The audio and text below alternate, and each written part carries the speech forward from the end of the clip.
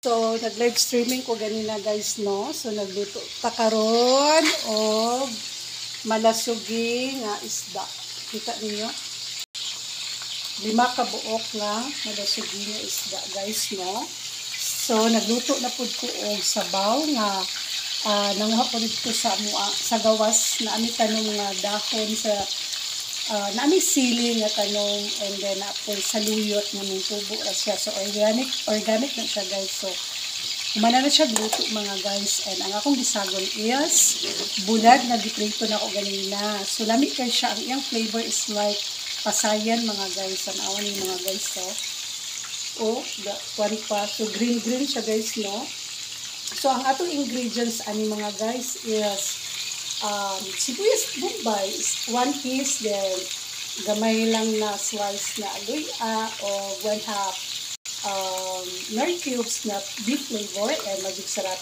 1/2 lang yapon, wala na akong gulot ang isa ka sachet sa magic sarap kay medyo magsumbagay na ang kanang pero ang bulad guys dili na siya parat, no? And then mo lagi katong bulad ganina guys, napakoy nabili nga bulad ganina guys, no? So mo lang nabili sa bulad ginubuntang og duha ka native chorizo, no? So mora na tong paniud ko karon guys, no? Unta pod na kapag nagkaon na mo, no? Dili lang mo magpapas mo guys.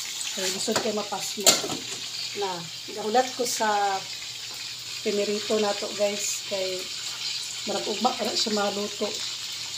So sa una guys, hate kay na ako magprito kay kada naging bayhanaw sa kusina ba, ningon si papa nga imi ito tabangi mong mama magprito, amang lupad lang yung mga mantika guys. Mo na da kay di man kabalo mga kusina. So karon guys, naka-learn ako unsa ang pagprito nga di siya mapisik, kailangan gid siya patuloon sa ang kanang kanang isda or labi na bangus. Grabe kay na mo pisik, kontra kay na ko ng bangus, pero wala choice, kailangan siya pituhon kay lami pod ang bangus pituhon, no? So hinaton ta guys nga nakapaniud to na pod mong tanan mo to guys, and salamat kaayo sa pag watch sa akong videos, and you can follow me, and also don't skip the ads. Thank you so much. This is your friend, Eni Gallardo. Bye-bye.